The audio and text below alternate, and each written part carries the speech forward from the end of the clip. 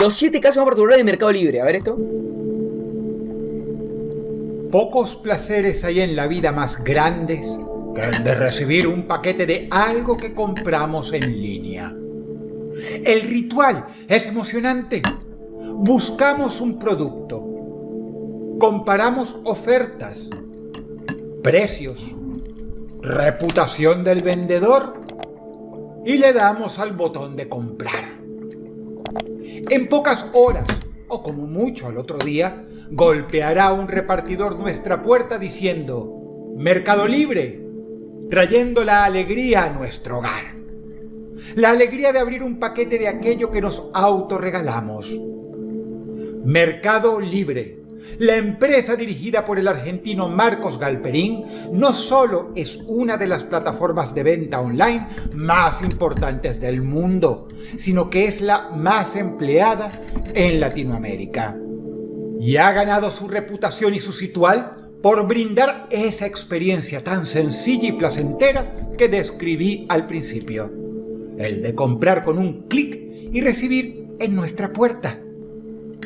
Pero no es oro todo lo que reluce. Hoy echaremos un vistazo al lado más oscuro de Mercado Libre para encontrarnos con 7 casos que fueron todo menos experiencias agradables. Por lo rocambolescos, por lo bizarros o por lo horrendos. Prepárate muy bien porque estos son los 7 casos más perturbadores en la historia de Mercado Libre. Número 7. Corría el año 2017. Mauricio Macri era el presidente de Argentina. Para sorpresa de las autoridades, el presidente tenía una cuenta en Mercado Libre, la cual usaba frecuentemente para vender, y no solo eso, sino que al parecer lo que vendía por Mercado Libre era drogas a domicilio. ¿Chequeado esto? Hola, muchas gracias, guacho. Y las publicaciones bastante sospechosas. Así que las autoridades policiales hicieron un seguimiento. Y fue así que encontraron que detrás de aquella cuenta, abierta con el número de DNI de Mauricio Macri, no se encontraba el entonces presidente, sino 2 hermanos que tenían montado un lucrativo negocio de delivery de drogas en el partido bonaerense de Merlo. Un oráculo. La policía secuestró drogas de laboratorio, semillas alucinógenas y raíz de mimosa. Pero, ¿cómo se llama el DNI del presidente? Principio activo del LSD. Además de balanzas, cápsulas vacías y otros elementos sospechosos. Los hermanos recibían los pedidos desde la plataforma, simulando los productos ofrecidos con nombres sugerentes como bebida energizante, que sutilmente dejaban en claro que el producto era en realidad droga. Para alivio de las autoridades policiales, que se habían sorprendido al vincular al presidente con la venta de drogas, él mismo no tenía nada que ver, sino que su identidad había sido usurpada por una banda de traficantes de forma bastante estúpida, ya que al usar el DNI del presidente Macri, terminaron por llamar la atención de todas las autoridades. De gratis, además. Número 7. Número 6.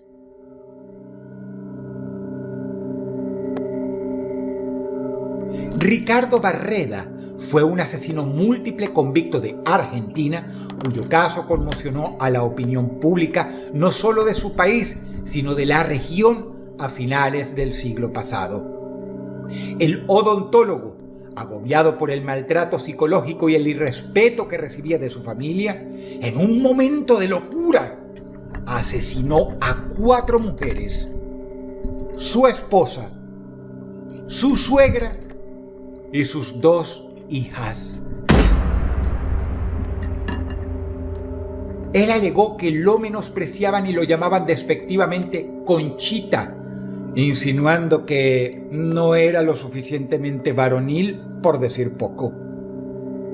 Después de asesinar a las 4 mujeres con su escopeta, Barreda limpió la escena, escondió el arma y salió de la casa.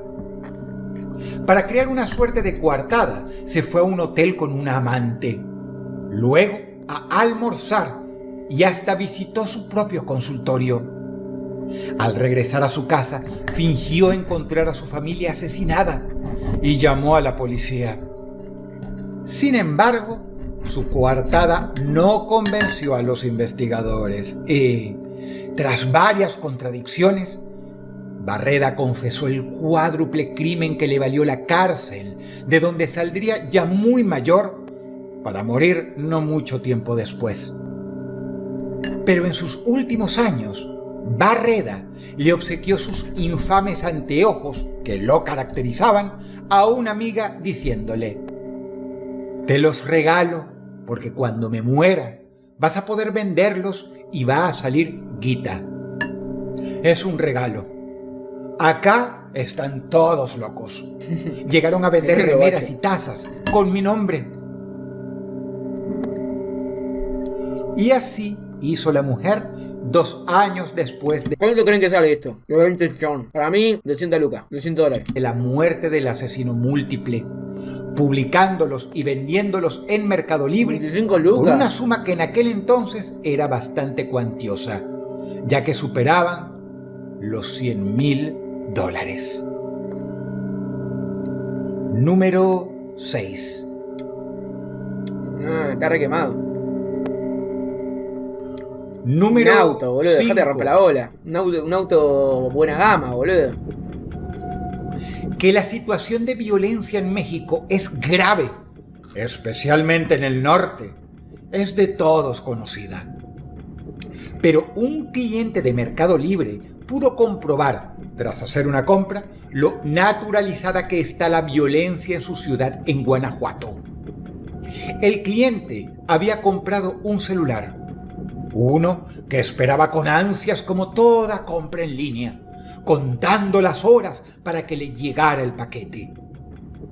Ya estaba saboreando el momento de abrir la caja de su nuevo smartphone e instalarle todas las aplicaciones posibles.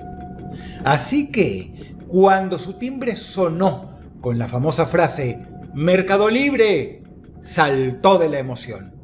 Recibió sonriendo al repartidor y, ya a solas, se dispuso a abrir la cajita.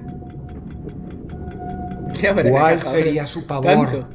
al encontrar dentro de esa cajita no el celular por el cual había pagado, sino una poderosa y peligrosa granada de uso militar?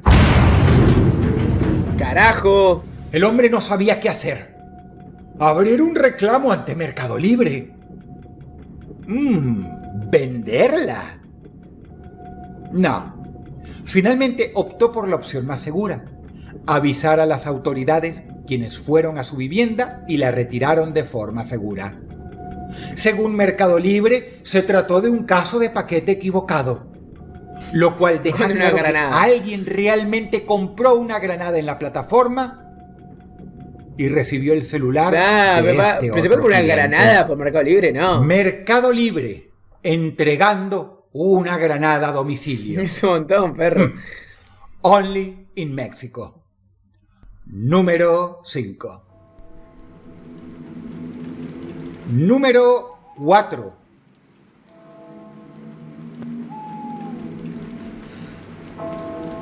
Luis Felipe era un empleado brasileño de una agencia subcontratada por Mercado Libre y trabajaba duro por el sueño de llegar a ser contratado directamente por la empresa, dado que significaría una mayor estabilidad laboral y un mayor ingreso. Hacía horas extra, más allá de lo que humanamente podía soportar, y sus condiciones de trabajo eran precarias, como en la mayoría de las empresas subcontratadas por la plataforma en Brasil, hecho que ha sido denunciado en innumerables ocasiones. Pese a todos sus esfuerzos, Luis Felipe fue despedido de la empresa un 19 de febrero y sintió que el mundo se derrumbaba sobre él.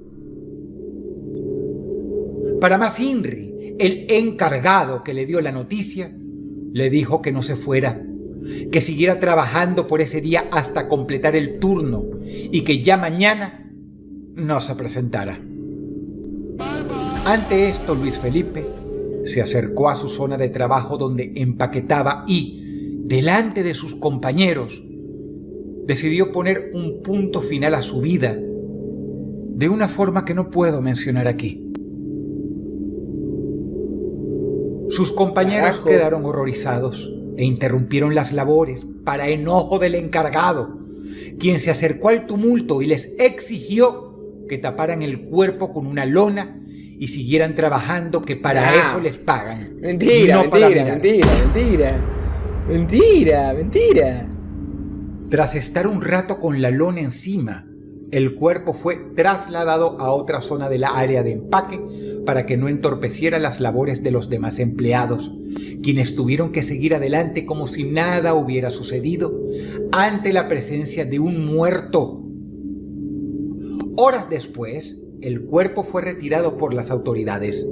Se le tomó declaración a los testigos ante la molestia del encargado, que le exigía a la policía que intentaran ser rápidos, pues tenían una meta que cumplir, y el turno siguió adelante.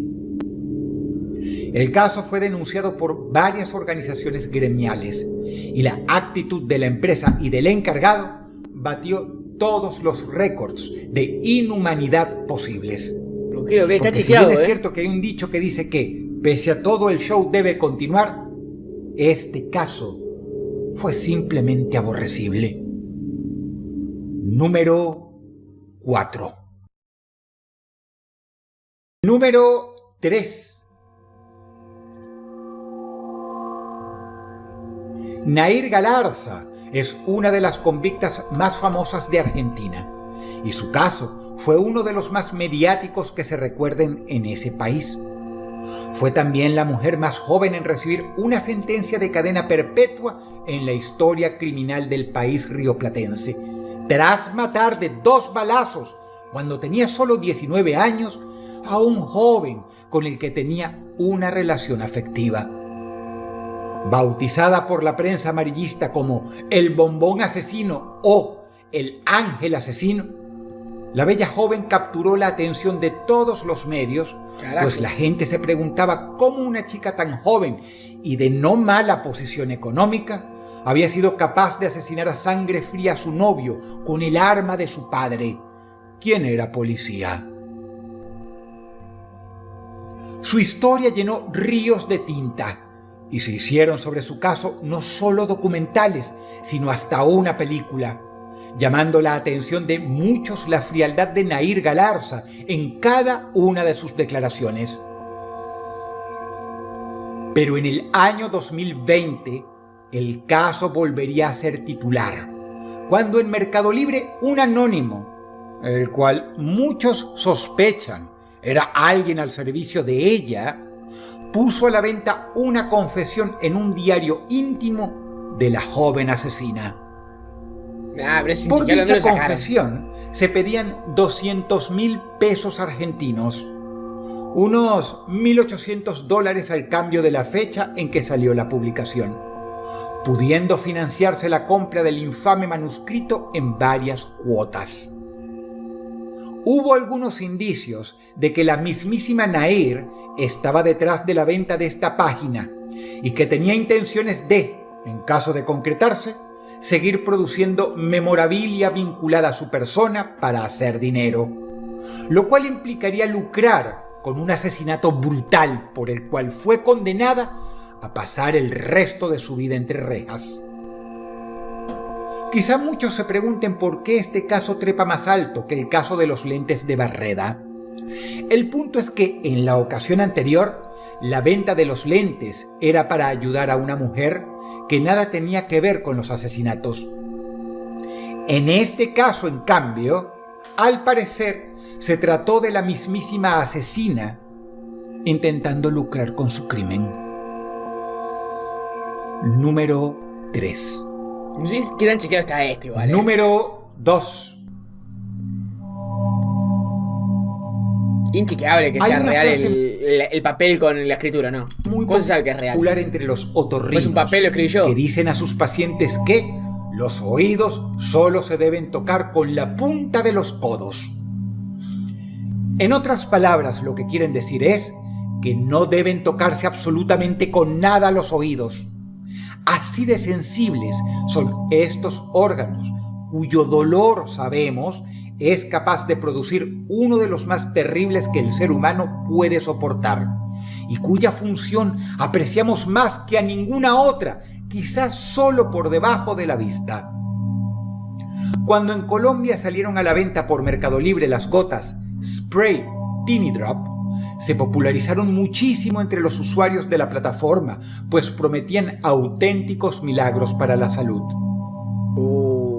El problema apareció poco tiempo después.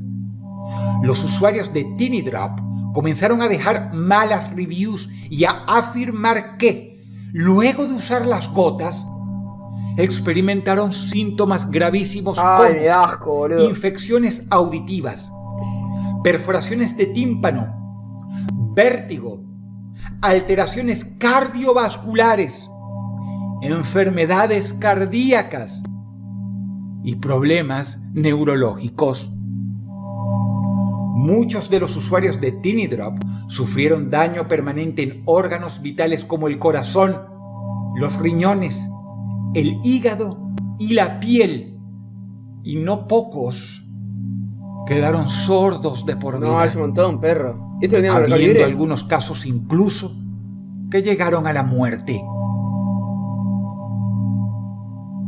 El ministro de Salud de Colombia investigó tanto a la plataforma como a quienes fabricaban esas gotas y notaron que no tenían ningún tipo de habilitación, por lo cual procedieron a lanzar una campaña a nivel nacional advirtiendo del peligro de colocarse Teeny Drop en los oídos, obligando a Mercado Libre a retirar todas las publicaciones del producto de su plataforma. En Mercado Libre puedes vender un frasco con cualquier cosa, ¿no? No sé, supongo que sí. Capaz que le retiran la publicación a ellas. No tengo idea.